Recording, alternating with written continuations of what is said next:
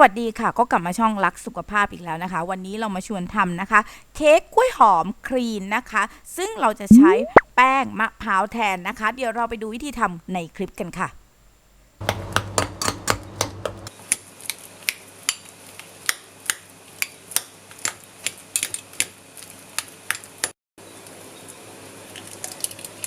โดยขั้นตอนแรกนะคะเราก็จะบดกล้วยให้ละเอียดนะคะโดยที่เราจะใส่น้ำมะนาวด้วยนะคะเพื่อที่จะให้กล้วยไม่ดำค่ะ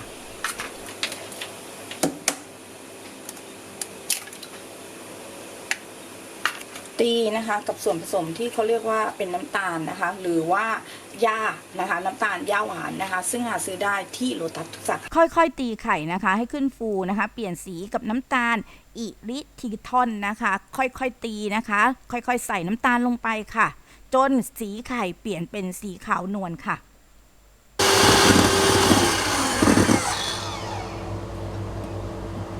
ตีนะคะโดยประมาณนะคะ7 นาทีค่ะ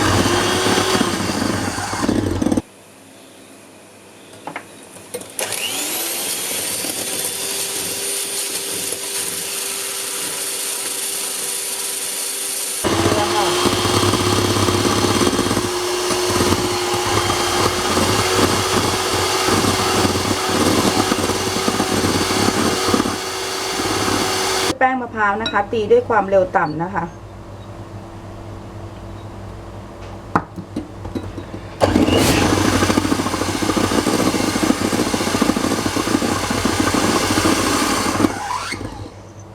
ค่อยๆใส่นะคะเพราะมะพร้าวเนี่ยเราจะใส่เยอะนะคะเพราะมันจะพองตัวและทำให้เนื้อเค้กนะคะไม่นิ่ม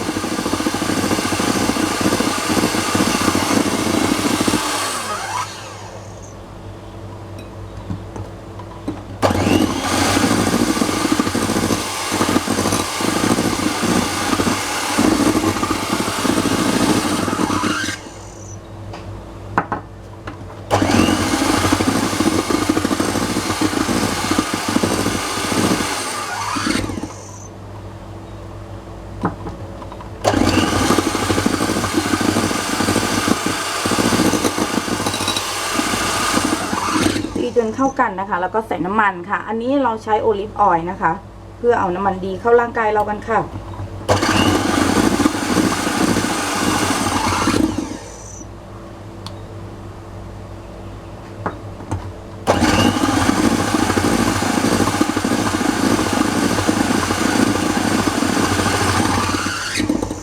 สุดท้ายนะคะเราเอากล้วยหอมที่พักไว้นะคะบางคนอาจจะใส่มะนาวก็ได้นะคะเพื่อที่จะให้กล้วยนะคะไม่ใช่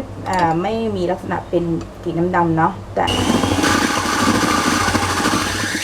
ตีพอให้เข้ากันนะคะ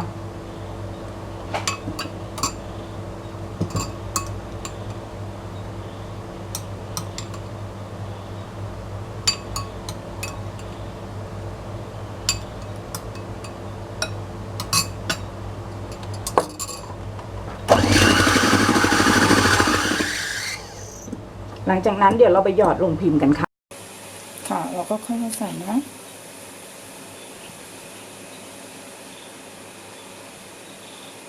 เราค่อยๆหยอดลงไปนะคะเราก็จะใส่อัลมอนด์นะคะโรยกันไปค่ะหลังจากนั้นนะคะก็ไปอบนะคะบนไฟล่าง180 องศานะคะเป็นเวลาประมาณนะคะ15-20 นาที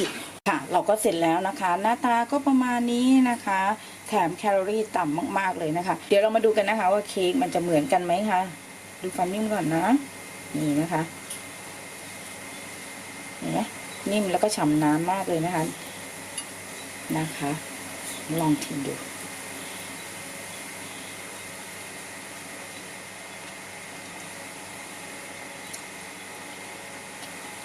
ค่ะถ้าเพื่อนๆชอบสูตรนี้นะคะก็อย่าลืมกดไลค์ให้กำลังใจช่องรักสุขภาพด้วยค่ะและที่สำคัญอย่าลืมกดแชร์เพื่อบอกต่อสูตรดีๆสำหรับคนรักสุขภาพทุกคนนะคะดูแลร่างกายกันตั้งแต่วันนี้นะคะสำหรับคลิปนี้นะคะขอลาไปก่อนเจอกันใหม่คลิปหน้าสวัสดีค่ะ